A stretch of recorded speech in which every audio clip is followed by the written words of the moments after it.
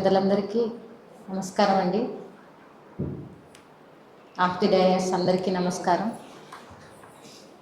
ఒక చిన్న వాన చినుకు సముద్రంలోనో నదిలోనో పడితే అంతా నీళ్ళతో పాటు అది వెళ్ళిపోతుంది. సో ఆ చిన్న వాన చినుకుకి విలువ ఏముండదు. కానీ అదే వాన చినుకు ఒక తామరాకు పైన పడితే సపరేట్గా ప్రత్యేకంగా చూస్తారు దాన్ని కదా, తామరాకు మీద నీటి బొట్టు. సో ఈరోజు నాకు అలానే ఉంది. ఈ సంస్థతో నేను కలవడం అనేది, తామరాకు వంటి ఇంత పెద్ద సంస్థలో నేను ఒక చిన్న నీటి బిందువుగా గుర్తించినందుకు first of all thank you very much. హక్కుల గురించి చాలా చక్కగా చెప్పారు. సంఘ పరిచర్య, అలాగే సమాజ పరిచర్య, సోషల్ వర్క్ అనేది అందరూ చేయలేని పని. అది కొందరికి మాత్రమే ఆ జీల్ ఉంటుంది. ఇంకొకటి, ఇంట్లో పెద్దవాళ్ళ నుండి కూడా నేర్చుకున్నది ఉంటుంది. ఇంట్లో అమ్మా నాన్న ఎలా ఉంటారో పిల్లలు అలా నేర్చుకుంటారు. సో మనం మన పిల్లలకు అలాగే నేర్పించాలని కోరుకుంటాను. హక్కుల గురించి చాలా చక్కగా వివరించారు. హక్కులు అనేవి ముందు బాలల హక్కులు కాపాడబడినప్పుడే దేశ భవిష్యత్తు నిర్ణయించబడుతుంది. పిల్లలే దేశ భవిష్యత్తు కాబట్టి పిల్లల హక్కులకి భంగం వాటిల్లకుండా చూడగలిగినప్పుడు మాత్రమే మన దేశ భవిష్యత్తుని మనం కాపాడగలిగిన వారం అవుతాం. ప్రతి ఒక్కరూ ఏదో ఒక ఉద్యోగంలో పనిచేసేవారే ఉంటున్నారు. అయితే శాలరీ కోసం పనిచేసే వాళ్ళు ఎక్కువ ఉంటున్నారు. దానికి మించి పనిచేసే వాళ్ళు మాత్రమే ఈ సంఘానికి, సమాజానికి సర్వీస్ చేయగలరు. ఎగ్జాంపుల్, మనకి ఇక్కడ స్టేజ్ పైన చాలామంది ఉన్నారు. వాళ్ళు పెద్ద పెద్ద పొజిషన్లో ఉన్నప్పటికీ సమాజ సంఘ పరిచర్య చేయడానికి ఇష్టపడి ముందుకు వచ్చారు, డెడికేట్గా చేస్తున్నారు. ఇలాంటి సంస్థలు కొన్ని ఉన్నాయని, ఇలాంటి మీటింగ్స్ ద్వారా మాత్రమే నాకైతే ఇంతవరకు తెలియదు ఇలాంటి ఒక సంస్థ ఉందని. సో ఇంకా ఇలాంటివి చాలా చాలా కార్యక్రమాలు చాలా చోట్ల చేయాలని మనస్ఫూర్తిగా కోరుకుంటున్నాను. ఇంకొక ముఖ్య విషయం ఏంటంటే, మీరన్నారు సమాజానికి వారి హక్కుల్ని కాపాడడానికి మంచి ఎగ్జాంపుల్ స్టోరీ చెప్పారు.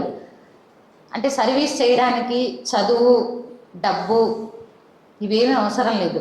చెయ్యాలనే ఆలోచన, మంచి మనసు ఉంటే చాలు అనేది నేను చిన్నప్పటి నుండి మా ఇంట్లో చూస్తూ పెరిగాను. ఎగ్జాంపుల్, మా నాన్న అమ్మ ఇక్కడే ఉన్నారు. వాళ్ళని ఎందుకు తీసుకొచ్చానంటే, ఈరోజు నేను పుట్టక ముందు నుండి మా నాన్న సర్వీస్ చేస్తున్నారు. మా నాన్న ఏం చదువుకోలేదు, అమ్మ ఏం చదువుకోలేదు.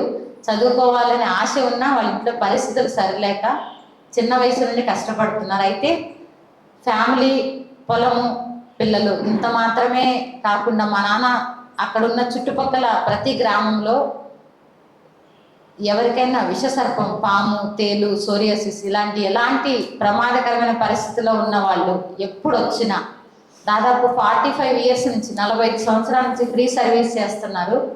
వాళ్ళు ఎప్పుడు వస్తారో తెలియదు ఇంటికి, మా ఇంటికి.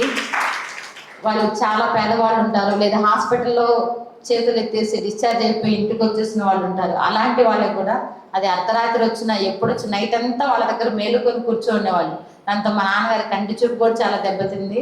చాలా చోట్ల పనికి వెళ్ళినప్పుడు కూడా వాళ్ళు ఈ సర్వీసు చేసుకోక పని వద్దని పంపించేసే రోజులు కూడా ఉన్నాయి. అయితే వ్యవసాయం ఒక్కటే కాదు, ఇలాంటి హెల్ప్ మీరు అన్నారు కదా, సర్వీస్ చేయడానికి వయసుతో పని లేదు. ఇప్పటికీ మనం చేస్తూనే ఉన్నారు. ఆ చుట్టుపక్కల మండలంలో వాళ్ళు ఎవరు అడిగినా ఆయన కూతుర్ని అని చెప్పే కన్నా, పాము కాటికి మందేసా వాళ్ళ ఇల్లు అని అంటే చిన్న పిల్లలైనా మా ఇల్లు చూపిస్తారు. సో అలాంటి సర్వీస్ మా నాన్న దగ్గర చిన్నప్పటి నుంచి చూస్తూ వచ్చాను. ఇంకొకటి చెప్పేవాళ్ళు, మనం బాధపడిన ఇతరులను మనం బాధ పెట్టకూడదు. అదొకటి గుర్తుపెట్టుకో. మనం కష్టపడిన ఇతరులను మనం కష్టపెట్టకూడదు. సహాయం కోసం మన ఇంటి దగ్గరికి ఎవరన్నా వచ్చి చేయి చాపారంటే వాళ్ళని వెనక్కి పంపించకూడదు. ఇవి చెప్తూ వచ్చారు. నేను అవి వింటూనే వచ్చాను, అలాగే పెరుగుతూ వచ్చాను. నాకు జీతం వస్తుంది, నేను ఇంట్లో కూర్చున్నా నాకు జీతం వస్తుంది. కానీ దాదాపు 900 మంది పైగా పిల్లల హక్కుల్ని కాపాడడానికి ఈరోజు నేను ముందున్నానని చెప్పడానికి చాలా హ్యాపీగా ఫీల్ అవుతున్నాను.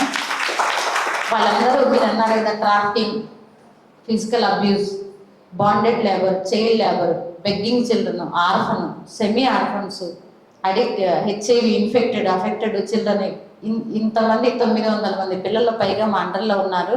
వాళ్ళకి ఎప్పుడు ఎలాంటి ఇబ్బంది వచ్చినా సర్వీస్ చేయడానికి ముందుకు వచ్చానంటే మా ఇంట్లో నేను చిన్నప్పటి నుంచి నేర్చుకుంటూ వచ్చాను, చూస్తూ వచ్చాను.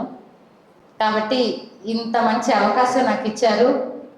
అవార్డుకి ఎందుకు సెలెక్ట్ చేశారో తెలియదు. ఫస్ట్ నిర్మల్ సార్కి థ్యాంక్స్ చెప్పాలి.